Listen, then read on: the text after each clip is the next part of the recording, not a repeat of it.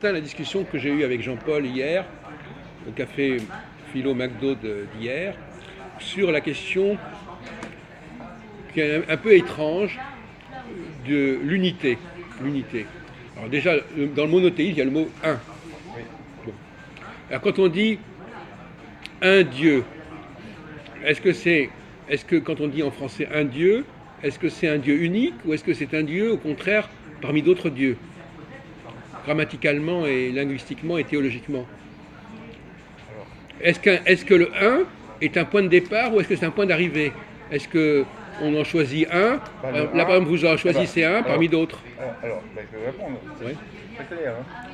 Dieu, il n'y a qu'un seul Dieu, monsieur. Et c'est pas à nous de le choisir, monsieur.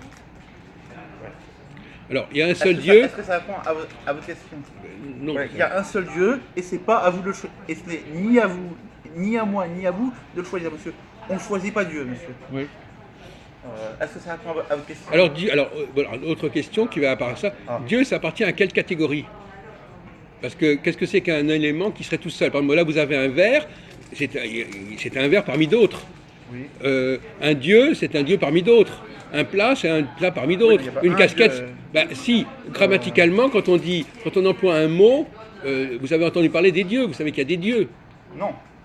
On dit qu'il y a des dieux, d'ailleurs même... Non, mais non, ça c'est les je sais pas, par exemple, les Grecs ou les Romains Oui, ou les Hindous qui disent ça. Oui. Voilà, mais c'est ce qu'ils disent. Oui, c'est voilà, ça. ce qu'ils disent. Oui. Voilà, et comme. Alors qu'est-ce qui vous fait croire qu'il y a un seul Dieu? Voilà, et comme je l'ai déjà répété plusieurs fois, Je répète. hein, mais je vais le répéter encore. Ce qui est important, c'est pas ce que les gens disent. Hein, C'est la vérité. c'est la vérité. Voilà, parce que les gens, ils disent ce qu'ils veulent, les gens. Oui. Chacun peut avoir. Et la vérité, c'est ce que les gens ont dit avant. Non. Chacun peut avoir la vie qu'il veut. Voilà. Je sais pas moi, par exemple. Mais c'est vrai aujourd'hui comme hier. Je prends un truc au hasard. La question du mariage homosexuel. Vous aviez aussi bien des gens qui étaient pour que aussi bien des gens qui étaient contre. Voilà.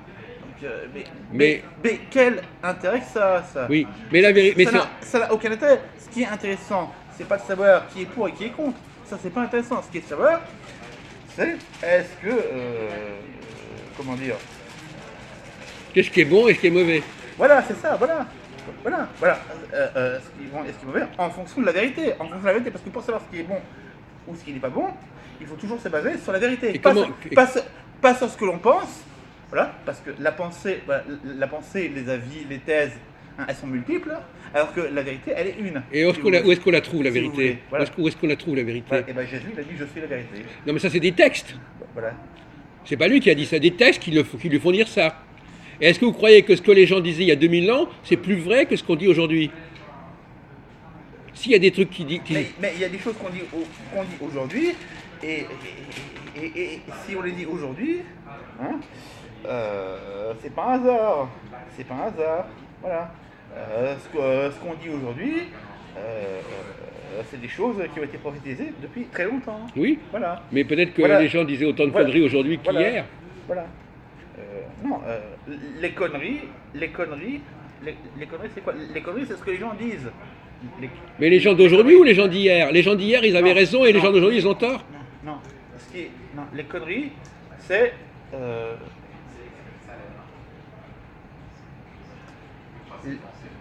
les avis, les opinions, les thèses, voilà. Ça, c'est des conneries. Oui. Voilà. Ça, c'est des conneries parce que chacun peut avoir son avis. Et qu'est-ce qu'ils disent? Opinion, sa thèse. Alors, donc, d'accord. Alors, voilà. à partir de quel... Moi, j'arrive pas à... Excusez-moi, je suis peut-être idiot, mais j'arrive pas à comprendre à partir de quel moment... pour moi, tout est thèse. Tout ce que les gens disent les uns et les autres, c'est des thèses. Voilà. Ça, c'est très intéressant parce que ça, c'est une opinion qui est partagée notamment par les francs-maçons, selon laquelle la vérité n'existe pas. Il n'y a pas de vérité, quoi. Si, mais il faut la démontrer. Il n'y a pas de vérité. Non. Selon les francs-maçons, il n'y a aucune vérité. D'ailleurs, j'avais vu un livre à la FNAC. Non, pas à la FNAC. J'avais vu un livre il y a quelques temps, là. À la bibliothèque au Centre Pompidou. Oui. Attendez, parce que j'avais pris la photo en couverture, mais je sais pas, oui, parce que c'était formidable. Ça m'avait interpellé. Alors, je sais. Alors, attendez, j'espère que attendez, que je l'ai toujours. Ça m'avait interpellé. Ça m'avait interpellé. Alors, attendez, j'espère que j'ai toujours. Parce que, Oui. Je ne sais pas si je l'ai encore.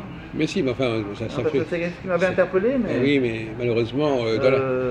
dans le cadre de la dynamique de l'enregistrement, on ne peut pas faire des pauses. Oui, mais je ne sais plus si je l'ai... Si c'est récent, ça devrait être dans les dernières images. Je ne sais plus où est-ce que j'avais... Bon.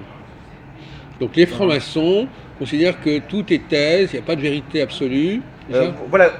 Oui, qu'il n'y a pas de vérité absolue. Voilà, oui. Et vous ne croyez pas que les... Oui, et tout se vaut. Oui, les francs-maçons, oui, sont partisans, voilà, du relativisme. Oui. Voilà, selon lequel, voilà, tout se vaut. Voilà, un homme, une femme, c'est la même chose. Le vrai et le faux, c'est pareil. Enfin, tout est pareil. Tout est pareil, quoi. Voilà, les nationaux, c'est la même chose que les étrangers, c'est pareil. Oui. Voilà, on peut faire voter les étrangers pour les élections nationales françaises, c'est pas dérangeant, c'est pas grave. Voilà, tout se vaut, quoi. Voilà, oui. Tout se vaut. Voilà. En tout cas, moi, je fais pas partie des gens qui disent que tout se vaut. Hein. Je vous dis tout de suite, c'est pas ma position. Un peu quand même, voilà, puisque je dis simplement que les thèses que je défends, elles sont autant des thèses que les thèses que vous avancez. Non mais... Moi, les thèses, ça m'intéresse. C'est amusant. On parle de thèses et tout d'un coup, vous nous parlez des hommes et des femmes. Vous sautez du virtuel au réel. Les hommes et les femmes, il y a des choses qui sont évidemment différentes. Mais au niveau des réflexions et des pensées, on ne peut pas comparer des pensées au fait qu'il y a des hommes et des femmes. Mais moi, la pensée, ça ne m'intéresse pas, la pensée. Mais alors si vous ne vous intéressez pas à la pensée, alors laissez tomber les thèses. Ni à la pensée. Non mais c'est la même chose. Thèse, pensée, ça veut dire la même chose tout ça. Thèse, pensée, avis, etc. Oui. Ça veut dire la même chose. Oui. Voilà, bon, par exemple, les francs-maçons, par exemple, ils emploient le terme de libre pensée, la libre pensée. Oui, voilà. Les libres penseurs. Oui. Voilà. Vous avez notamment une organisation qui s'appelle la Fédération nationale de la libre pensée, voilà, dont ont été membres, voilà, par exemple, le syndicaliste Marc Blondel, Marc Blondel, qui est patron de syndicat Force ouvrière, ou de monsieur Victor Hugo aussi. Victor Hugo, qui était membre de la libre pensée. Voilà, donc ça, voilà, donc la libre pensée, qui ne sort pas de nulle part d'ailleurs, la libre pensée, la libre pensée. Bon, parce que la franc-maçonnerie moderne, la franc-maçonnerie moderne, elle a été inventée par deux protestants, un français qui s'appelait Jean-Théophile Desaguliers et un anglais qui s'appelait James Anderson. Anderson, les constitutions d'Anderson. Voilà, et ces deux individus étaient des protestants. Et un aspect du protestantisme, dans le protestantisme, il y a un aspect qu'on appelle le libre examen. Parce qu'il faut savoir que dans le protestantisme, on proteste. Qu'est-ce que c'est le protestantisme? Le protestantisme, c'est le fait de protester contre le dogme. On refuse le dogme.